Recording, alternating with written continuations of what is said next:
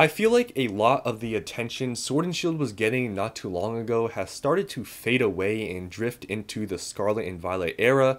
With the releases of 151 Twilight Masquerade, the whole sentiment around Scarlet and Violet has completely changed, and especially with the upcoming sets that are supposed to release, like the Eevee set, the Team Rocket set, a lot of people have drifted their attention towards Scarlet and Violet.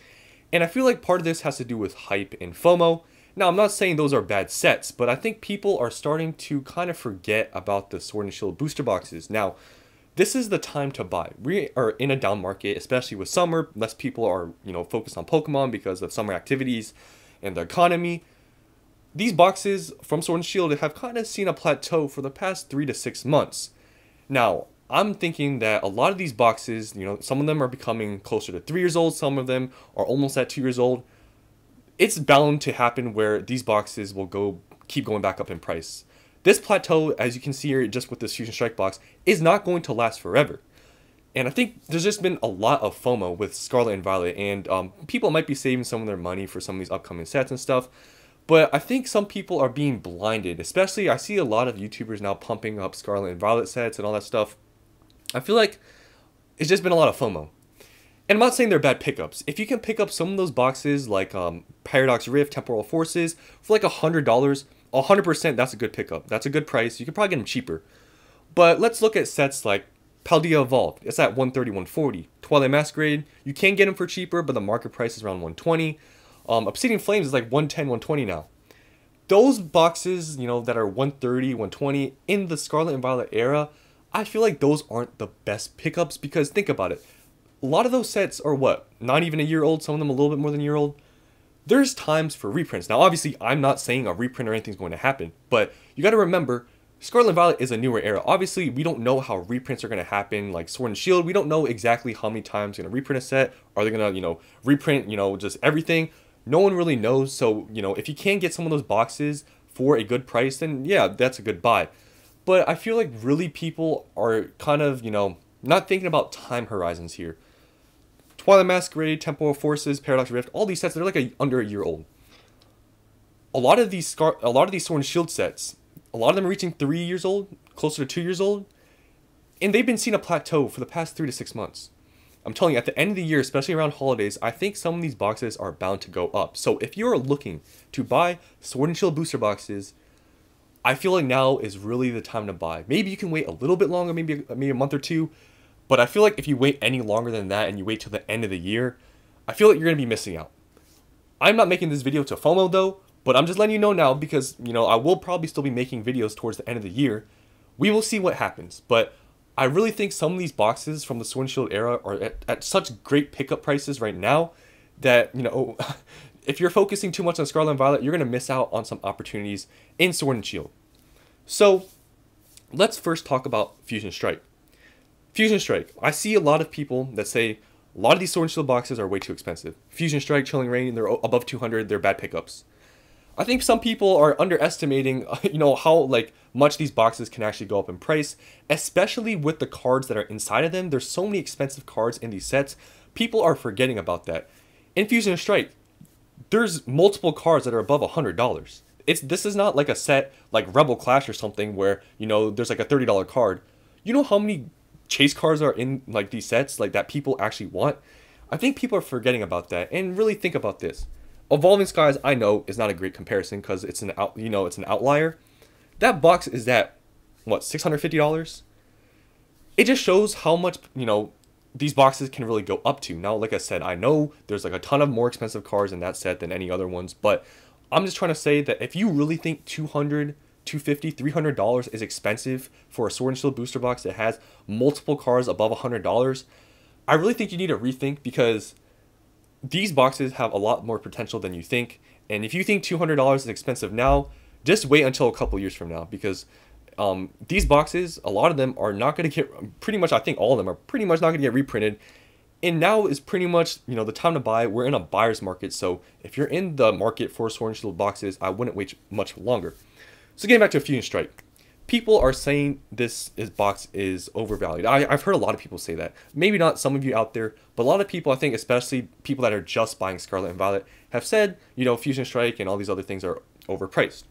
Well, you can see here it's around like 236, and you can't see, like I said, they've plateaued for a while now. It is bound to go up towards the end of the year, in my opinion.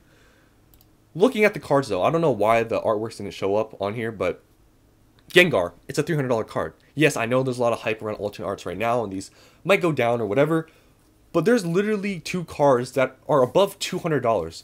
Espeon is almost at the booster box price. Gengar is over the booster box price. And there's other cards too that are, worth a decent chunk that people are going to want to chase after.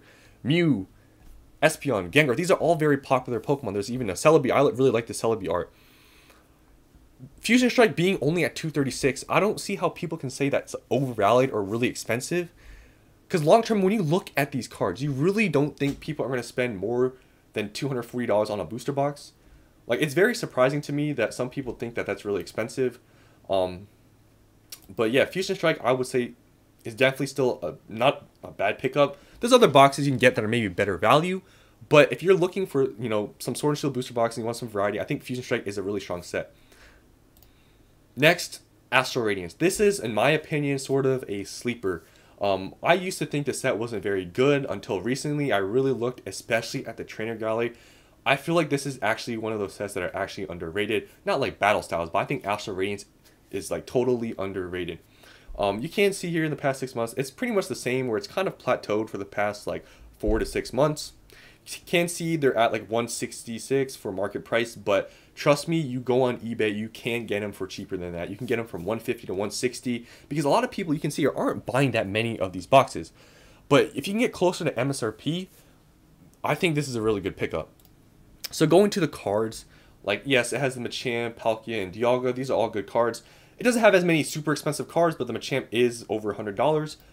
But look at the trainer gallery. Now I'm gonna have to hover over these to actually show you the artworks. But this is, I think, in my opinion, one of the best trainer galleries in Sword and Shield. I feel like it is really underrated. Like, no one talks about Astral Radiance trainer gallery. But look, Starmie, it's like a $40 card. Garchomp is like $25. But just even the artworks of the more cheaper cards, I just find to be really good. Like, I can't believe that no one really talks about, this trainer gallery. I really like these artworks. So this is definitely, I think, a sleeper to buy. Next is Chilling Reign. So kind of the same thing with Fusion Strike. A lot of people are saying this box is too expensive. Because, Chilling Reign and Fusion Strike, they kind of have this stigma of being kind of bad and, whatever, because they were sitting at, what, like $80, $90 in the beginning when they released for a while. So people, I think, still have that in their mind, and they're saying that, wow, this box is $200, it's too expensive. So you can see, like, the market price is $217. You can get them for under $210 on eBay, I have seen. And let's look at the cards in the set. Now, Chilling Reign, I think it's pretty similar to Fusion Strike in terms of, the cards that are in them. But one thing that is very different about Chilling Reign is how many cards it has that are valuable. It is honestly insane that I feel like some people think especially Chilling Reign is overvalued because you will see how many cards are in the double digits. Like, it is actually crazy. So Chilling Reign obviously has the Blaziken, the Moltres. But look at the prices here and look at how many cards are in the double digits. It is actually crazy. Like, I can't believe like this is actually cheaper than Fusion Strike considering how many of these cards are actually this expensive.